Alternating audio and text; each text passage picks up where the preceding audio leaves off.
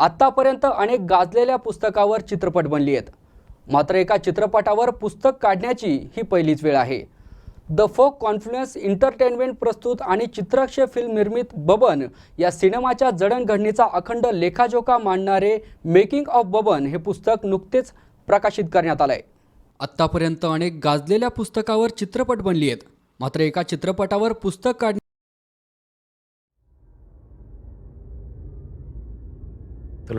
आज खरं तर मी आनंदी ह्यासाठी आहे की बऱ्याच गोष्टी अशा होतात की सिनेमा करायला एक पुस्तकाची गरज लागते, एका कथेची गरज लागते नेहमी, आणि त्या कथेवर त्या पुस्तकावर सिनेमे बनतात। पण आज थोडंसं आम्ही प्रदर्शनापूर्वीच एक वेगळा पायंडा पाडण्याचा ठरवलं आमच्या सगळ्या टीमने, ज्याचे ह्या कल्पनेचे जे उद्गाते आहेत, आपण त्यांना त्यांनी जी ही कल्पना मांडली, नंदारजी जोशी, असं की पुस्तक सिनेमावरतीच पुस्तक बनवायचं ही कल्पना, आणि ते प्रदर्शनापूर्वीच की जेणेकरून काही येणाऱ्या पुढच्या पिढीला किंवा अभ्यासक असतील की जेव्हा मी सिनेमाचा अभ्यास करायचो तर आपल्या जवळचं असं काही मिळेल का, असं नेहमी सतत शोधत होतो की लोकांच्या चांगल्या दिग्दर्शकांचे, लेखकांचे, कलाकारांचे असे काही त्यांचे अनुभव मिळतील का, तर हे बऱ्याचदा कुठे मिळाले नाहीत। आणि तो नेहमी मग असं वाटलं की आपण हे जे संचित आहे हे आपण पुढच्या पिढीसाठी काहीतरी ठेवावं, जतन करून ते पुस्तक रूपाने।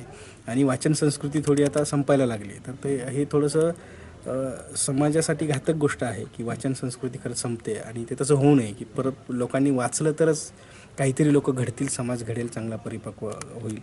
त्यामुळं एक सिनेमा जरी मी करत असलो किंवा फिल्म मेकिंग जरी करत असलो तरी मूळ आधार हा साहित्याचाच घ्यावा लागतो सगळ्या गोष्टींसाठी, म्हणून त्यावरती पुस्तक करावं असं आम्हाला वाटलं, आणि ते लोकांसाठी उपलब्ध आज करून दिलं, याबद्दल मी सगळ्यांचा ऋणी आहे, सगळ्या टीमचा। आणि मला खूप आनंद होतो की वाचकांसाठी एक नवी गोष्ट समोर आणली आहे। सिनेमा 23 तारखेला रिलीज होतो आहे। सिनेमा हा माझा नाही आहे, तर तुमचा, आमचा सगळ्यांचा आहे, आणि तुमच्याच गोष्टी मी पडद्यावरती मांडल्यात, म्हणजे सगळ्या लोकांच्या, की त्यांचं जे भावविश्व आहे ते पडद्यावरती साकारले, आणि ते 23 तारखेला तुमच्या समोर येईल। सिनेमा जरी असं एक वेगळं हे असलं रसायन, तरी गंमत अशी की आपला अवतीभोवतीचा जो परिसर आहे, आपल्या अवतीभोवतीच्या संवेदनाच आपण सिनेमात मांडतो, आणि त्याच तितक्या ताकदीने बबनमध्ये आलेल्या आहेत।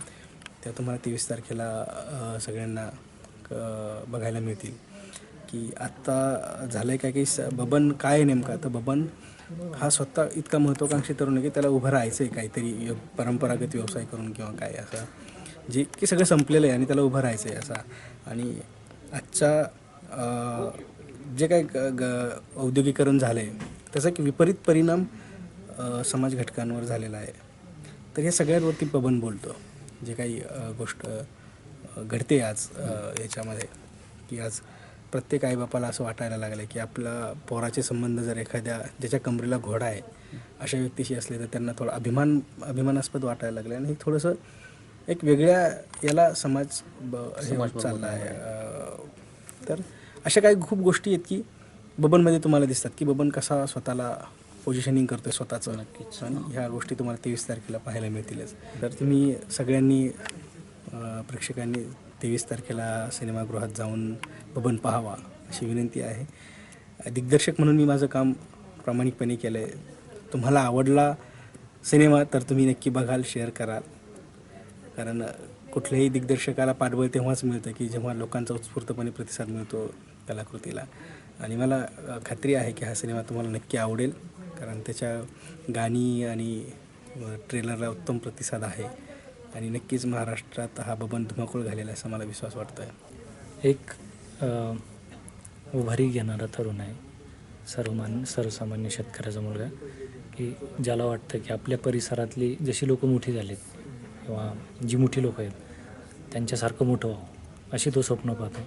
आणि बबन म्हणजे त्याचं स्वप्न असतं की बबन राव होणं, बबन ते राव हा जो प्रवास आहे त्याचा, तर त्या मधल्यातली फिल्म आहे असं मला वाटतं।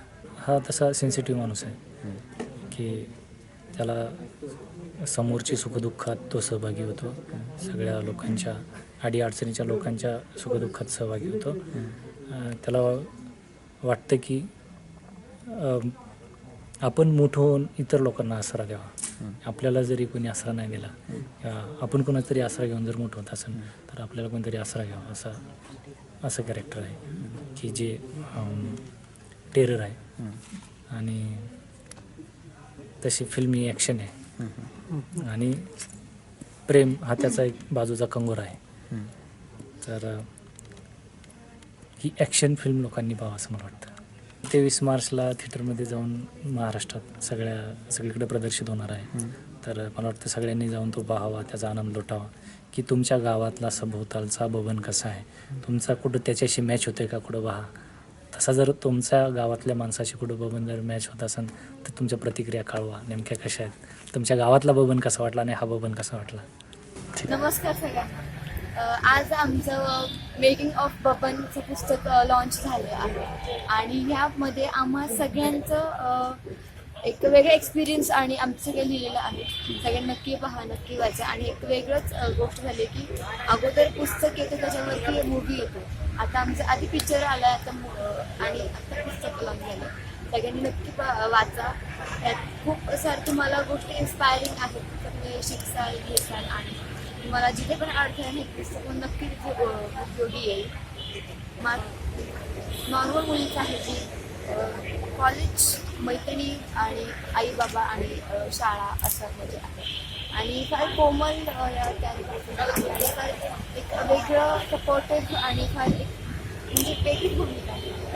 सपोर्टिव्ह आहे, प्रत्येक ठिकाणी मजेशीर कॅरेक्टर म्हणता येईल की जे आपण बघितल्यानंतर म्हणजे असं ते बघसाल तेव्हा तुम्हाला ते वेगळंच अनुभव येईल. ते वेगळं बघितलं स्वतःच मला कळेल की ठीक आहे काय आहे ते. तसं मी सांगण्यापेक्षा तुम्ही जास्त पहा, तुम्हाला ते एक्सपिरियन्स करता येईल. असं त्यातील आमचा बबन हा आमची मेहनत 23 तारखेला येत आहे.